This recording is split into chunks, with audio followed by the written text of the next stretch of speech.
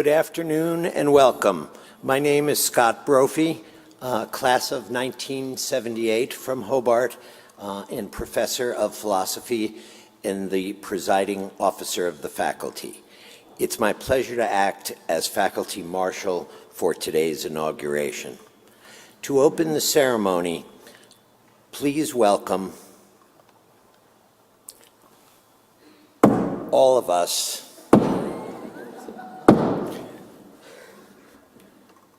and now the chaplain, Morris Charles, and the director of the Abbey Center for Jewish Life, Julianne Miller. Dear friends, as we mark this season of renewal for the colleges, I invite you to remain standing as you are able or to stand wherever you may be. And let us join together in a moment of silent, contemplative thanksgiving.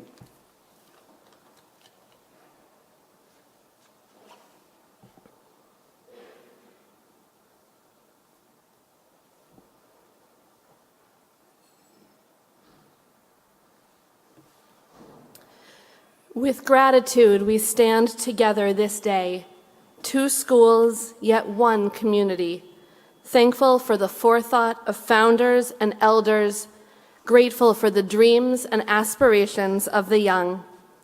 May we find blessing in our learning together, and may our learning be a blessing to the larger world.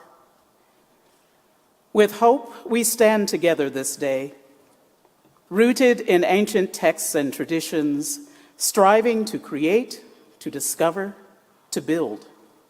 May our words and our works ever be directed to the fashioning of a world more compassionate and just. With joy, we stand together this day, recalling the memories of bygone days, embracing the horizon stretched wide before us. May our fond recollections and our openness to the future move us to share our bounty far and wide. With purpose, we stand together this day beside generations who formed the circle of these colleges. May our inauguration of this new president this day mark our commitment to make the circle wider still. Amen. Amen.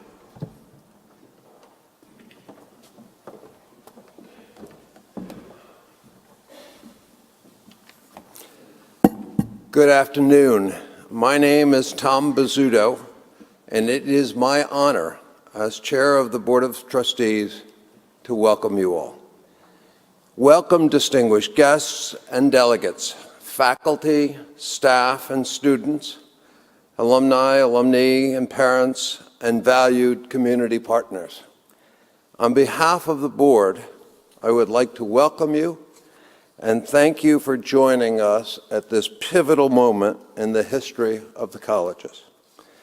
The inauguration of the 27th president of Hobart and the 16th of William Smith, Dr. Gregory J. Vincent from the Hobart class of 1983.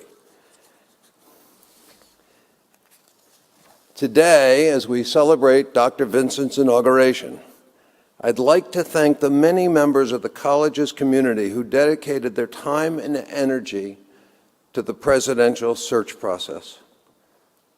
I would especially like to recognize the search committee, headed by trustees Catherine Elliott from the class of 1966 and Tommy Poole from the class of 1961.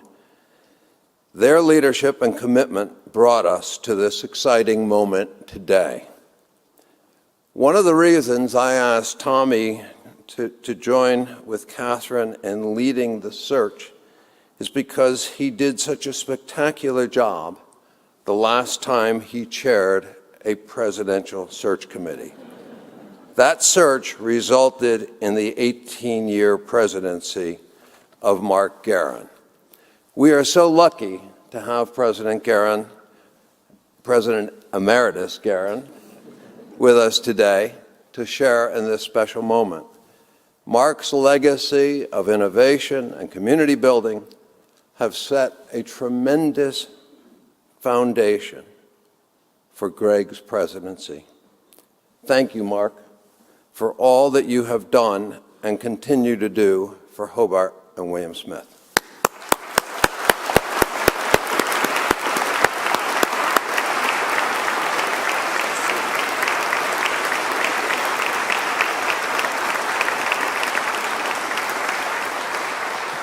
Let me ask you to get comfortable. Please be seated. That doesn't mean I'm going to go on a long time, but others will. Greg Vincent enters the presidency of Hobart and William Smith at a time of increasing complexity in higher education, when the competition for students and philanthropic dollars has never been more intense. Opportunities for innovation are opening new doors for students to learn deeply as they also stretch their knowledge across multiple fields of study. A talented and well-prepared workforce is in high demand in every possible sector, from architecture, sustainability, and finance to engineering and biology. Well-educated graduates are needed in business, they're needed in government and academia, and in the nonprofit sector. In short, the shape of higher education is swiftly evolving, creating great challenges and great opportunities.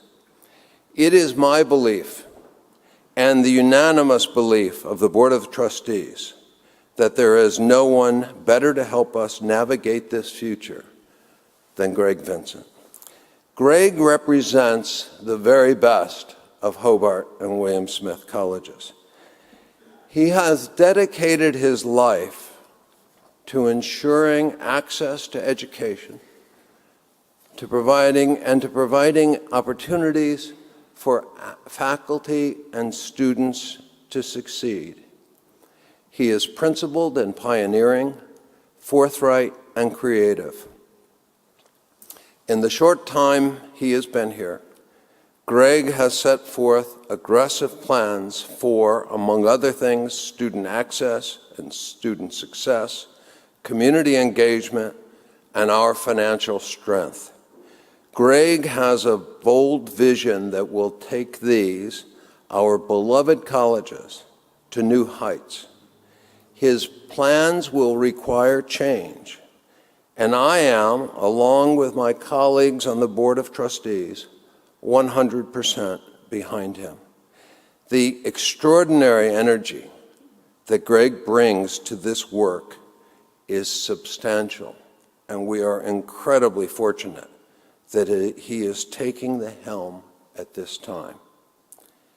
As an alumnus, as an expert in higher education, and as a leader, Greg has the experience, the drive, and the vision we need.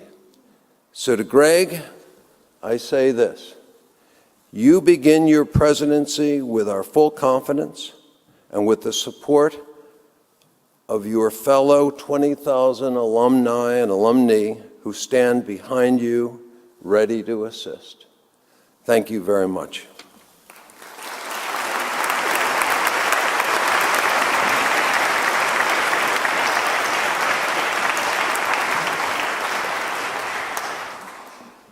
Good afternoon. My name is Nan Crystal Arns, and I am Professor of Geoscience. And for the moment, I serve as the Dean of the Faculty. It is my honor to represent the faculty in welcoming President Vincent to the Hobart and William Smith community. And because we have to bring props to class. You may be wondering why I've brought a pineapple to inauguration. In my culture, the pineapple is a symbol of extravagant welcome and hospitality. I grew up in rural northeastern Connecticut in a community and a family steeped in the traditions of another time. My mother's people left Massachusetts for Connecticut in the early 18th century.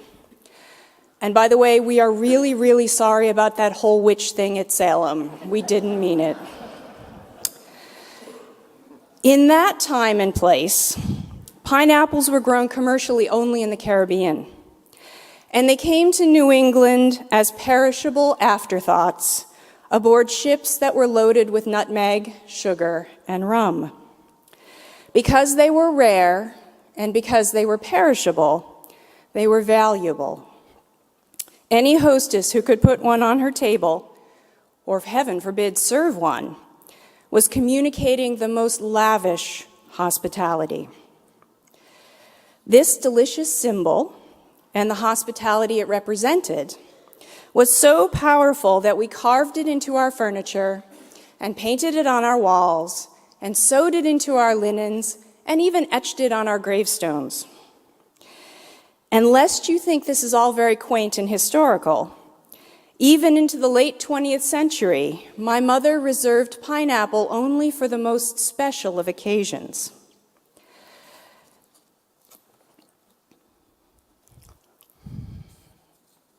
That's what I get for not memorizing. There we go. And that symbol was lost on many of the guests who were not from our community. For example, a Midwestern boy that I brought home from college at one point stated matter-of-factly that he didn't care for pineapple and pushed the plate away. My mother was so offended that she was only coolly polite to this individual for the duration of our relationship. Silly, right? Well, yes and no. Diversity and inclusion are values that we lift up at HWS. As educators, we understand that the most innovative ideas and the best decisions come from a diverse group of leaders. We know that real equality is based in difference, not in sameness. We know that to be successful in the 21st century, our students need to be more than tolerant of difference. They need to be able to thrive in diverse communities. Now that all sounds really good, but diversity and inclusion is a little like this pineapple. It's prickly on the outside. If we are not paying attention, close attention, we can get stuck on the spines as we try to get to the goodness within. Because we may lack common points of view, having authentic conversations in diverse communities is difficult. Solving problems in diverse communities is difficult. Yet I believe HWS is ready to have those hard conversations and to solve those difficult problems. President Vincent, as I welcome you to this community of teachers and scholars, I present to you a talented faculty ready to do that hard work. And I present to you this pineapple as a token of our welcome.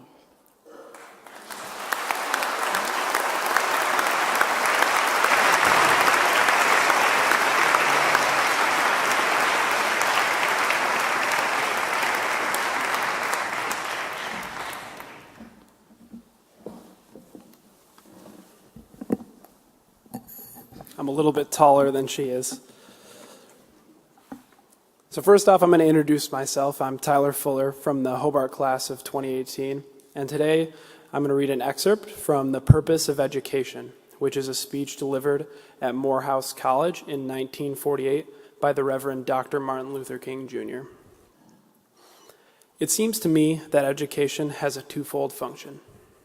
The one is utility, and the other is culture. Education must enable a man to become more efficient, to achieve with increasing facility the legitimate goals of his life. Education must also train for quick, resolute, and effective thinking. To think incisively and to think for oneself is very difficult. We are prone to let our mental life become invaded by the lesions of half-truths, prejudices, and propaganda. To save a man from the morass of propaganda, in my opinion, is one of the chief aims of education. Education must enable one to sift and weigh evidence, to discern the true from the false, the real from the unreal, and the facts from the fiction. The function of education, therefore, is to teach one to think intensively and to think critically. But education which stops with efficiency may prove to be the greatest menace to society. We must remember that intelligence is not enough. Intelligence plus character. That is the goal of true education. To complete education gives one not only power of concentration, but worthy objectives upon which to concentrate. This broad education will therefore transmit to one not only the accumulated knowledge of the race, but also the accumulated experience of social living. Oh, yeah, you are taller than me. Good evening, my name is Brianna Moore, and I am William Smith class of 2018. And I will introduce you to a poem called Barter by Sarah Teasdale. Life has loveliness to sell. All beautiful and splendid things, blue waves whitened on a cliff, soaring fire that sways and sings, and children's faces looking up, holding wonder like a cup. Life has loveliness to sell. Music like a curve of gold, scent of pine trees in the rain, eyes that love you, arms that hold. And for your spirit's still delight, holy thoughts that star the night. Spend all that you have for loveliness. Buy it and never count the cost. For one white singing hour of peace, count many a year of strife well lost. And for a breath of ecstasy, give all you have or could be.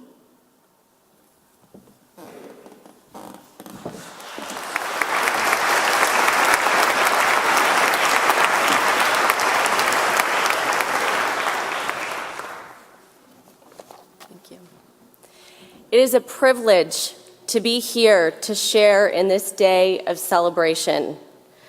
On behalf of all alumni and alumnae, as presidents of the associations, we are honored to welcome Dr. Gregory J. Vincent back to Hobart and William Smith as our president.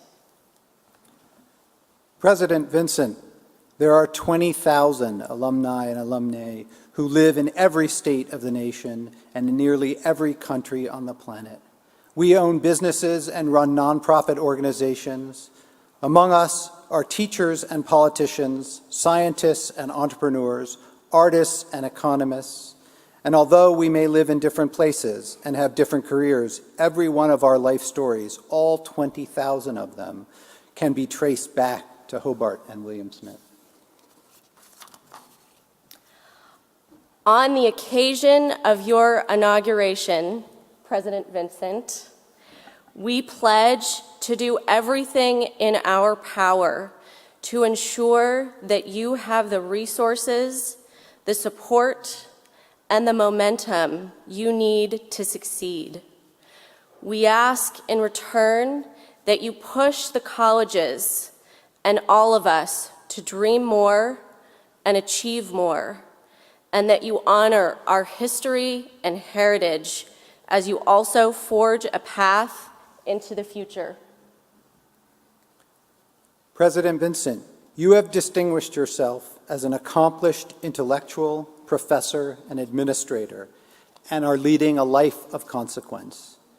It is our hope that you will serve as a role model to all of our students and an example to our alumni and alumnae of what it means to be deeply engaged with Hobart and William Smith. President Vincent, the Alumni and Alumnae Associations are united in our love for our alma maters, and we are united in our support for you. We wish you all the best and look forward to working together in the years ahead.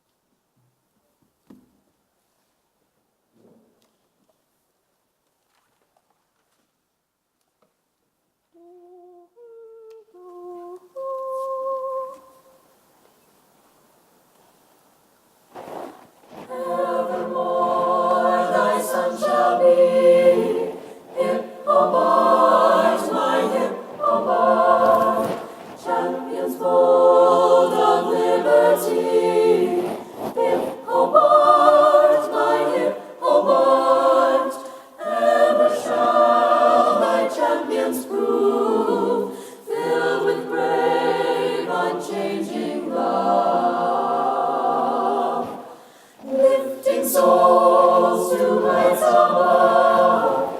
Hip Hobart, my hip Hobart.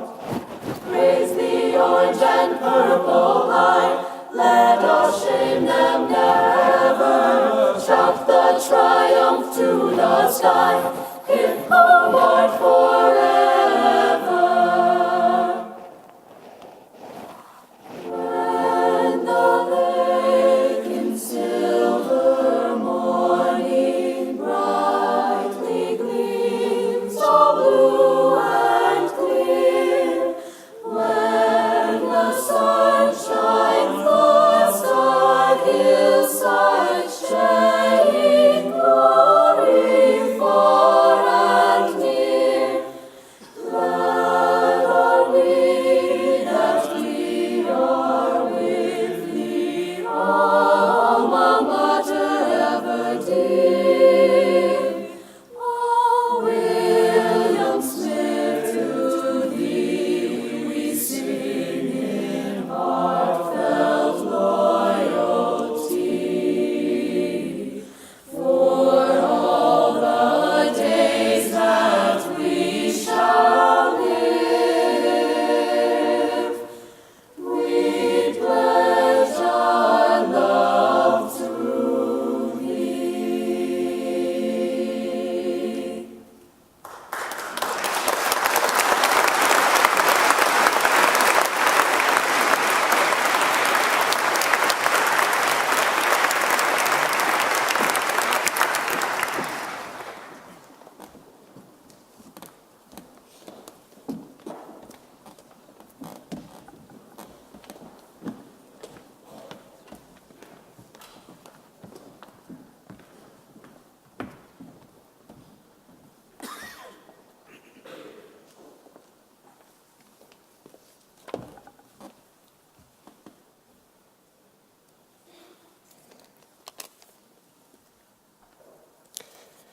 Hear these words from Deuteronomy, the 5th book of Moses. Remember the past, imagine the future. These same words are inscribed above the east entrance to the Warren Hunting Smith Library. Mr. Bizzuto, Chair, and members of the Board of Trustees, fellow members of the faculty and administration, students of the colleges, alumni and alumnae, families and friends of Hobart and William Smith, both here present or viewing these proceedings from afar, family, friends, former colleagues, and honored guests of our new president, and citizens of Geneva, a place which has been since 1818 home to Hobart and William Smith colleges. I am moved beyond measure by the honor given me as his former dean to stand before you all in this formal ceremony to declare that Gregory J. Vincent is well qualified and eminently suited to hold the office to which he has been called. A man about whom so much lies already in the public domain, his myriad academic accomplishments, his many accolades, his commitment to social justice. He has no need of an introduction, and least of all, a dean's recommendation. Of many things in my life I have dreamed. However, to imagine that I would be called on to introduce a president who is at once a former student and an accomplished individual for whom I have only the highest respect for his intellectual acumen and complete confidence in his ability to turn a vision into reality. That dream was not part of my subconscious. Fate has often a way of bringing the unlikeliest individuals together. Gregory Vincent arrived at HWS as a freshman in fall 1979 from Bronx High School of Science.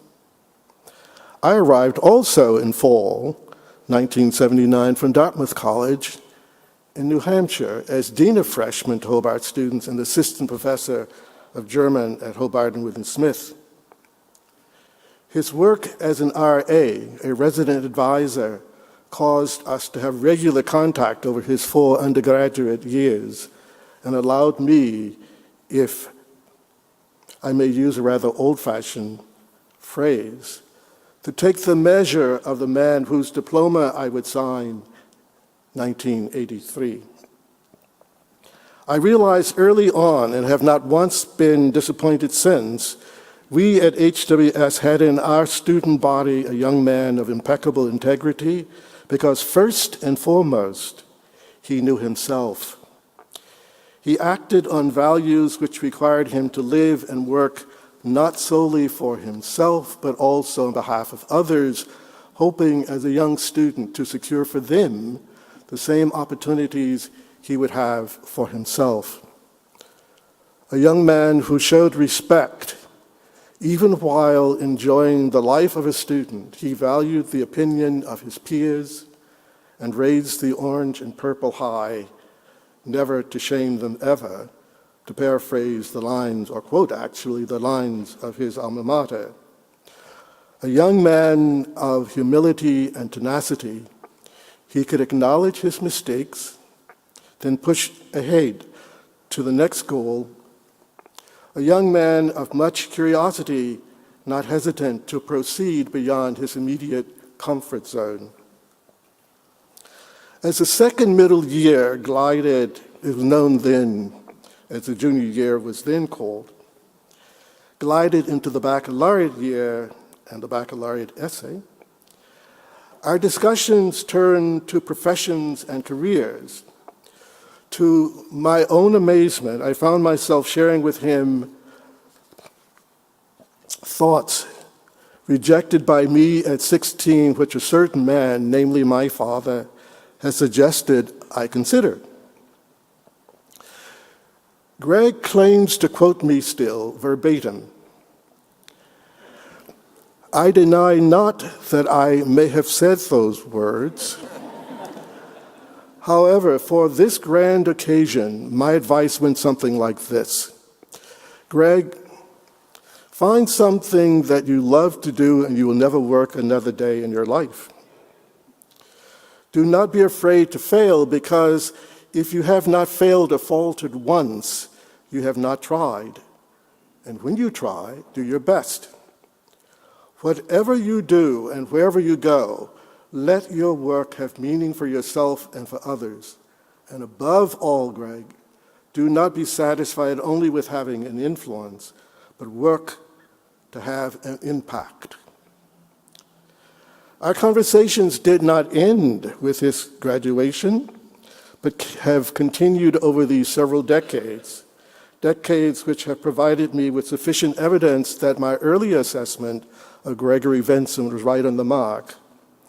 And for that reason, I am able to stand before you all and state with unwavering certainty that Gregory Vincent has made his former dean proud and caused me to imagine still great things to come from him.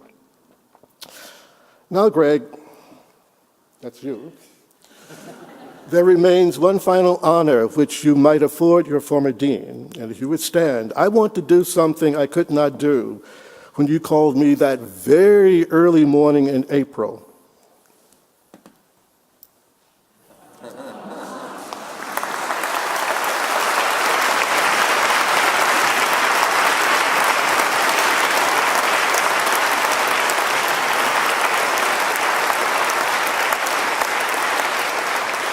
Ladies and gentlemen, President Gregory J. Vincent.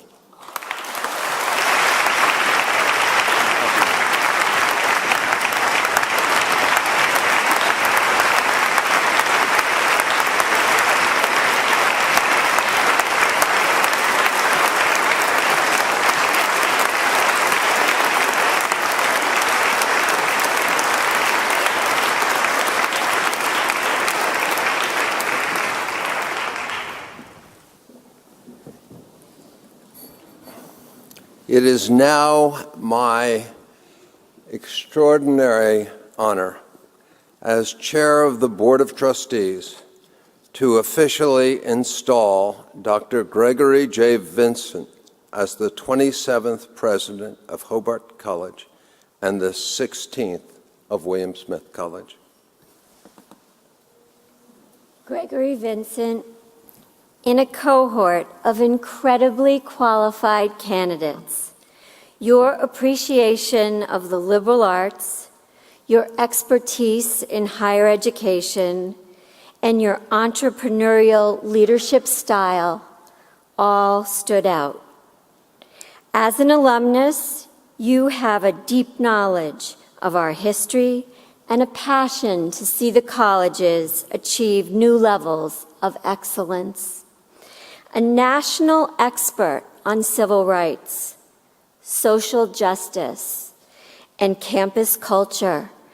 During your career, you have been a civil rights attorney, a successful college administrator, a noted scholar and author, and a gifted faculty member. With appreciation for all you have achieved, and with confidence in your leadership, you have received the unanimous support of the Board of Trustees.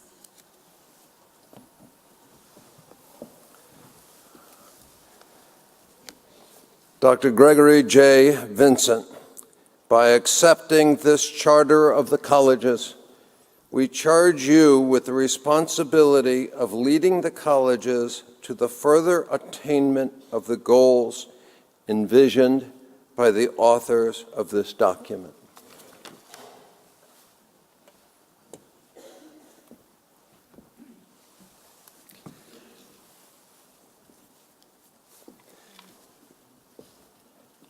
By accepting the seals of the colleges, you agree to serve Hobart and William Smith with integrity and diligence. We urge you to bear in mind at all times the rights, the obligations, and the traditions of the office of the President. And now, by virtue of the authority of the Board of Trustees, I declare you, Dr. Gregory J. Vincent, President of Hobart and William Smith Colleges.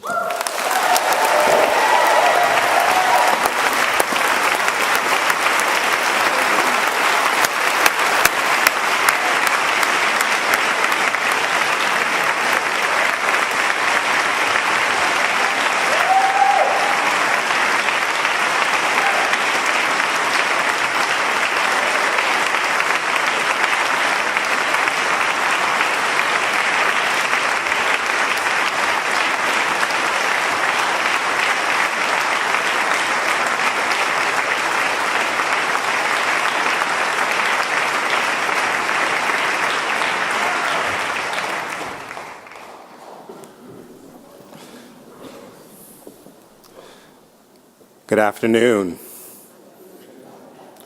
And thank you all for being here to celebrate this milestone moment in the history of the colleges. And thank you, Dean Butler. Since we met when I was a very young 17-year-old back in 1979, you have been a confidant, a mentor, and now a dear friend. I thank you for that wonderful introduction. I'm honored to have the Board of Trustees with us today, including Chair of the Board Thomas Bizzuto and Vice Chair Cynthia Gelsthorpe-Fish.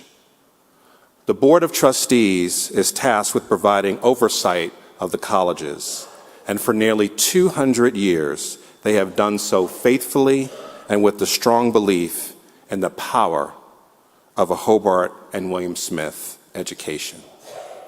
A special thank you to trustees Tom Poole and Catherine Elliott, who chaired the presidential search committee that led to today's ceremony, and to whom I am deeply indebted. Thank you both for your trust.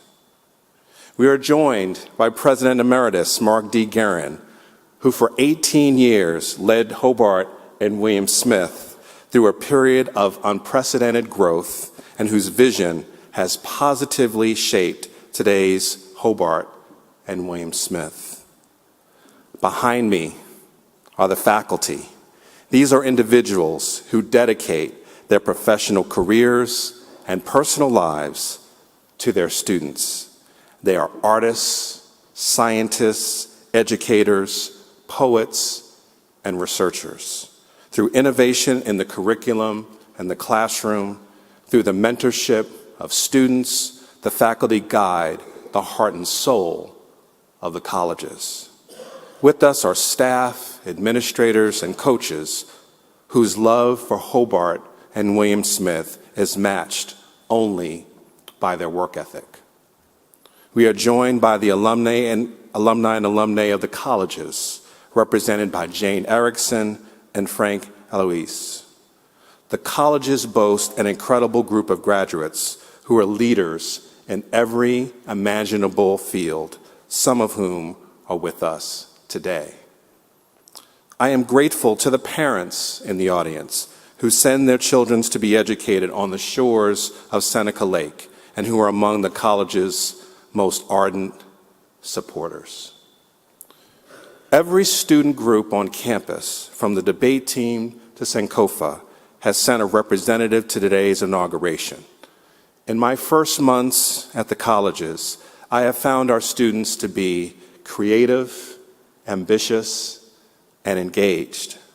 I am honored to serve as president of young men and women so committed to community and so passionate for the future.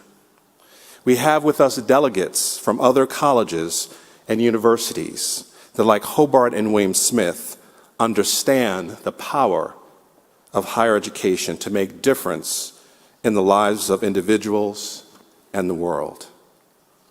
To the members of the Geneva and the regional community, I thank you most sincerely for the warm and gracious welcome you have shown to my family and for creating such a wonderful place to call home. Finally, thank you to my beautiful wife, Kim, and our children who are all here, and they too are leading lives of consequence. Also, my ride-or-die sister, Leslie, and my cousin, Virginia. And also here are my parents, Cyril and Gloria, who gave me 3 priceless gifts: unconditional love, a love of reading, and a church home. Inaugurations are about looking to the future, but they are also important moments to look at the past. For that reason, I am honored to be in Trinity Church today. When the Right Reverend John Henry Hobart, Bishop of the Episcopal Diocese of New York, visited Geneva in 1818, he recognized that this beautiful lakeside village was an ideal place to build what he called an outpost for civilized and learned behavior. The building we are in today was named in honor of Trinity Church in New York City, where Bishop Hobart was rector. And it was through that New York City Trinity Church that Bishop Hobart secured a grant to establish Geneva College, which has grown and evolved into today's Hobart and William Smith. Bishop Hobart's ministry was ahead of his time. He consecrated one of the first African American Episcopal congregations in the country and ordained Peter Williams as the first African American priest in New York and only the second in the country. Father Williams served as rector of St. Philip's Episcopal Church in Manhattan, which was a strong force in the movement to abolish slavery and would eventually become the church home to W.E.B. Du Bois, Langston Hughes, Thurgood Marshall, and my family. My uncle and Justice Marshall served on the vestry together at St. Philip's. and is where I started my own journey of faith. My family's connection to the Anglican Episcopal Church dates back to at least 1877, when my great-grandparents helped to found the Diocese of the Windward Islands. William Smith Colleges was founded in 1908 by William Smith, a Geneva nurseryman and philanthropist. Smith was influenced by the events of the women's rights movement in nearby Seneca Falls. He had strong friendships with local suffragettes who encouraged him to found a non-denominational liberal arts institution dedicated to educating women broadly, not just vocationally. Again, an audacious move in its day. Fast forward 20 years to 1928, when a bright and promising young man from Omaha, Nebraska, arrived in Geneva, only to discover that Hobart College, which had granted him a scholarship, would not house him because he was black. Despite the segregation of the era and the financial difficulties of the Great Depression, this young man excelled. He triple majored in Greek, English, and psychology, served as an assistant in the psychology department, and published his undergraduate research in the American Journal of Psychology, all while washing dishes in local restaurants and working odd jobs to support himself. With the encouragement of the African American community in Geneva, which welcomed him with open arms, in 1932, the Reverend Dr. Aldra Adams became the first black man to receive a degree from Hobart, graduating magna cum laude and named to Phi Beta Kappa. Adams would go on to become an Episcopal clergyman and the editor and publisher of the Westchester County Press. He literally changed the course of history at the colleges and made it possible for me, 51 years later, to enroll at Hobart. One last coincidence or twist of fate, if you'd like, that is not lost on me. In 1983, the very year I graduated from Hobart, the colleges awarded the Reverend Dr. Aldra Adams an honorary degree in recognition of his remarkable career and his commitment to community. We stood together on the very same stage. With gratitude to Dr. Adams, I'm honored to have in the audience today his daughter, Patricia. Thank you for being here. It means so much to me.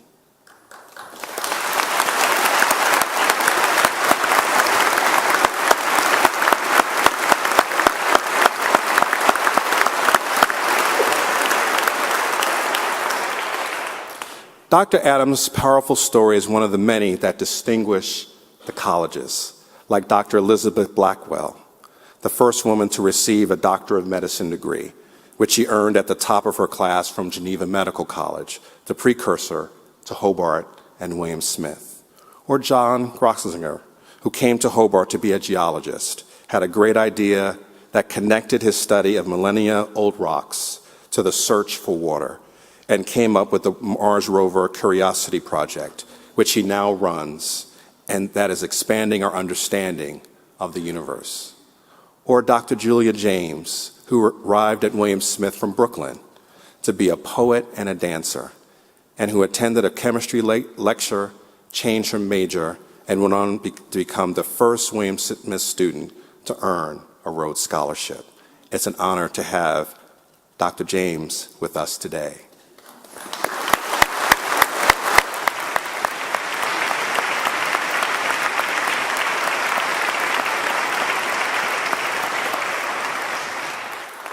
Or Ali Marpet, who was told he couldn't compete in the Division I football program and then came to Hobart, where he became the highest Division III student athlete ever drafted in the NFL. Today, he's the starting center for the Tampa Bay Buccaneers and is one of only 11 players in the NFL on the union's finance committee, a fitting role for Ali, who studied economics at Hobart.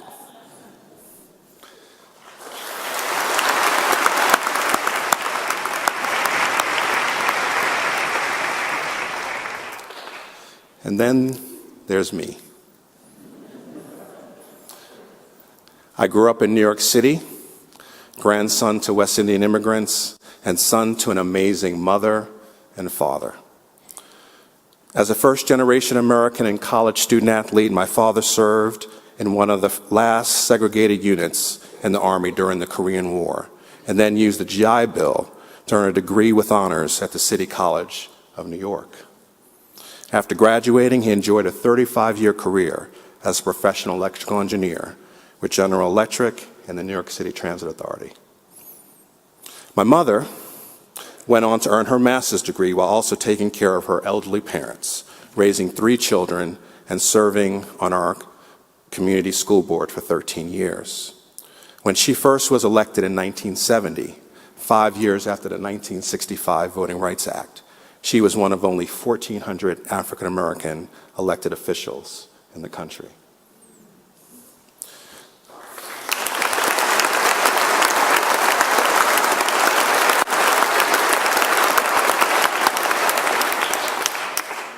Thanks to a generous scholarship, they sent me to Hobart and William Smith. A private college, like today, believes it has a responsibility to serve the public good. I took amazing classes that changed my perspective on the world, served as a resident advisor, represented the colleges as a student athlete, and received the Martin Luther King Jr. Leadership Award at graduation. So, what do all these people have in common? Aldra Adams, Elizabeth Blackwell, John Graftinger, Julia James, Ali Marpet, and me. Hobart and William Smith invested in each one of us, gave us opportunities to soar, and then rewarded us for daring to dream big and for making our dreams a reality. At Hobart and William Smith, I learned that being bold means questioning the status quo, looking beyond my own perspectives and engaging in serious inquiry.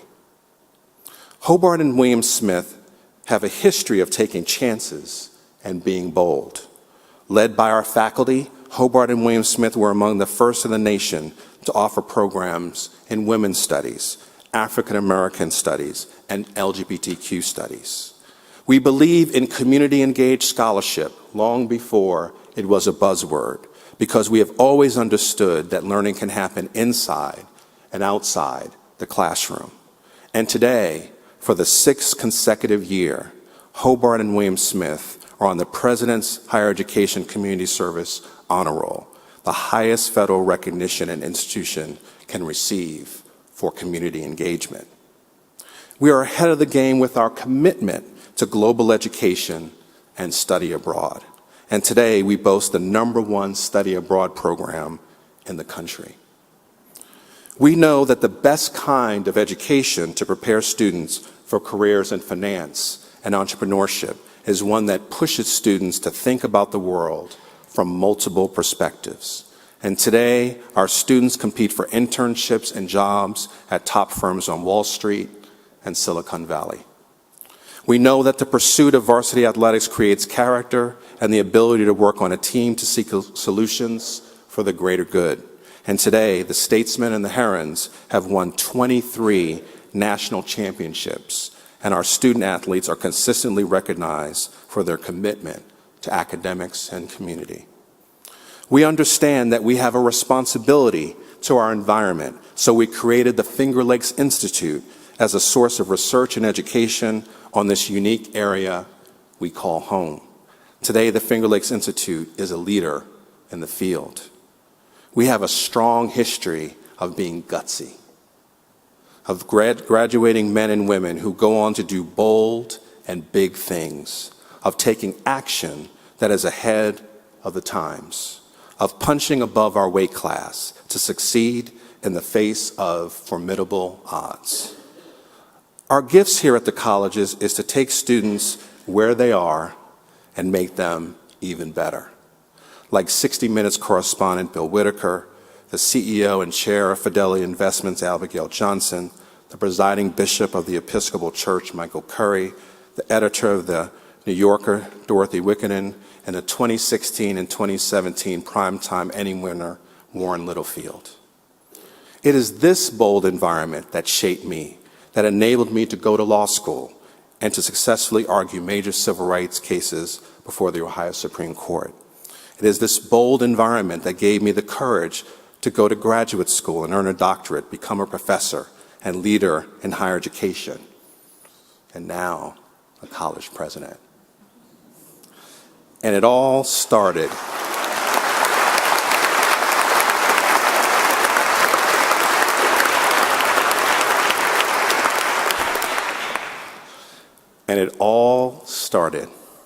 with a grant from Trinity Church in Manhattan, a grant that has resulted in nearly 200 years of excellence. In the coming year, I intend to focus on 4 pillars of effort that I strongly believe will give us the additional resources and motivation necessary to take our place among the best colleges in the country. First, we must ensure that the student experience is multifaceted, relevant, and comprehensive.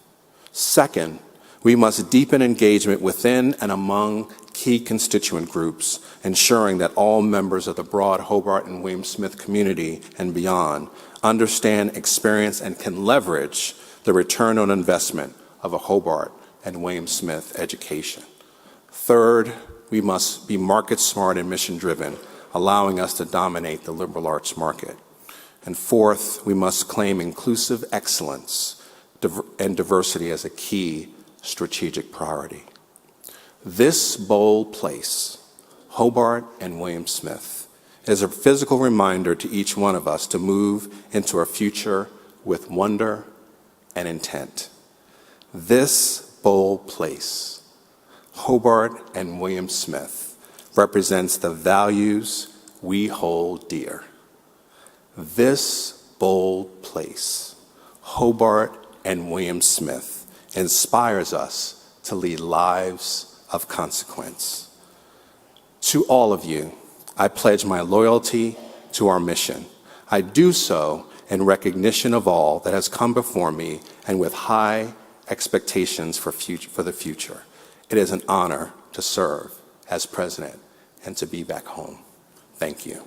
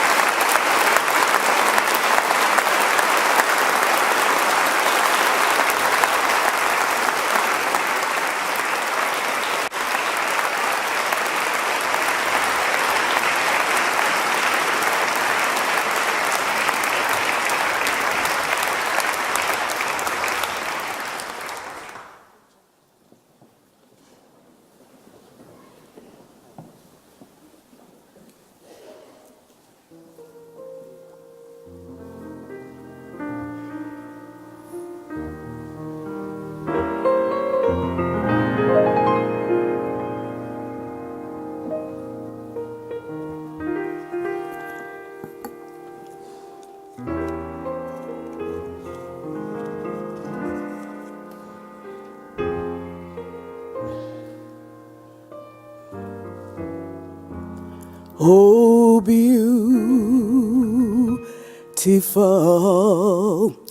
for spacious skies, for amber waves of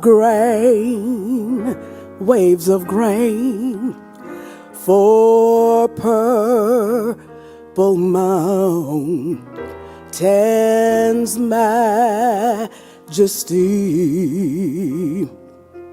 above the fruited plains, America,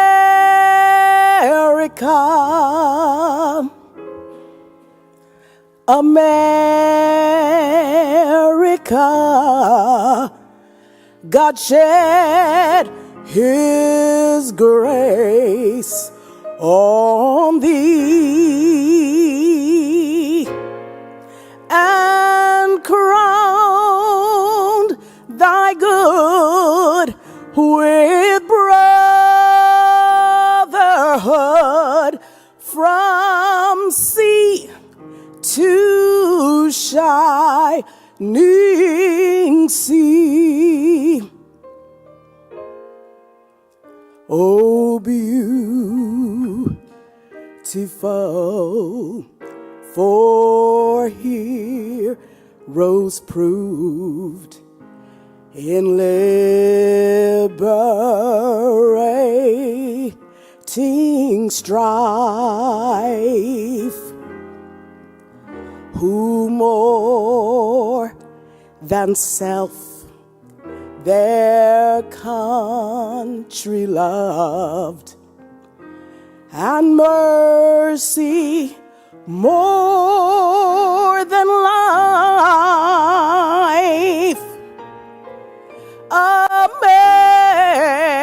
America, America, may God thy gold refine, till all success be no nobleness, and every gain divine. Oh,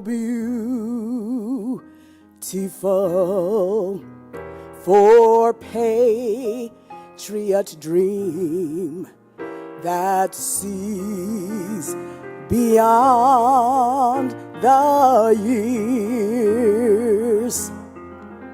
Thine alabaster cities gleam, though dimmed by human tears. America, America, my God shed his grace. He shed his grace on thee. Oh, and crown thy good with brother and sisterhood, from sea to shining sea, from sea to shining sea, from sea to shining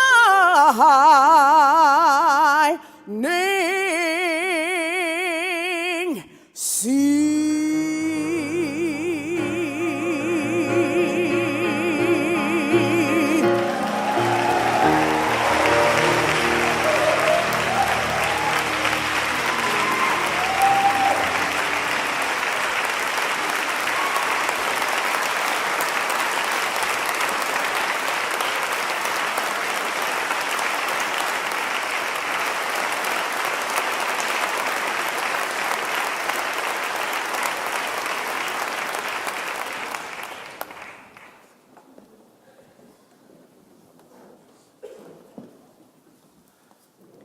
Kim, would you join us in front?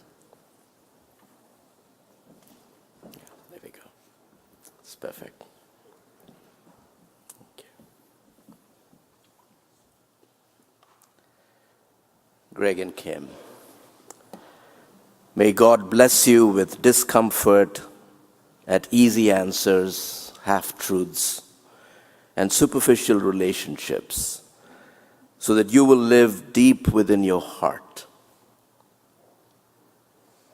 May God bless you with anger at injustice, oppression, and exploitation of people, so that you will work for justice, equality, and peace. May God bless you with tears to shed for those who suffer from pain, rejection, starvation, and war, so that you will reach out your hand to comfort them and change their pain into joy. And may God bless you with the foolishness to think that you can make a difference in the world, so that you will do things which others tell you cannot be done. The Lord bless you and keep you. The Lord make his face shine upon you and be gracious unto you. The Lord lift up his countenance upon you and grant you peace. Amen.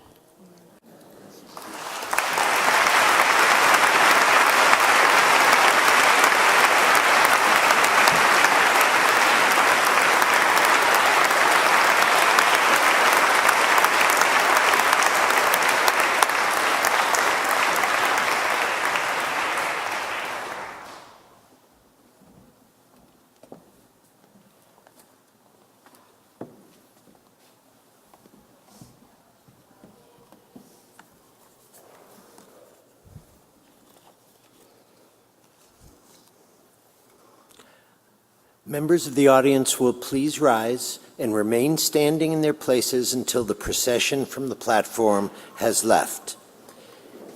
The inauguration ceremony of Dr. Gregory J. Vincent as president of Hobart and William Smith Colleges is now closed.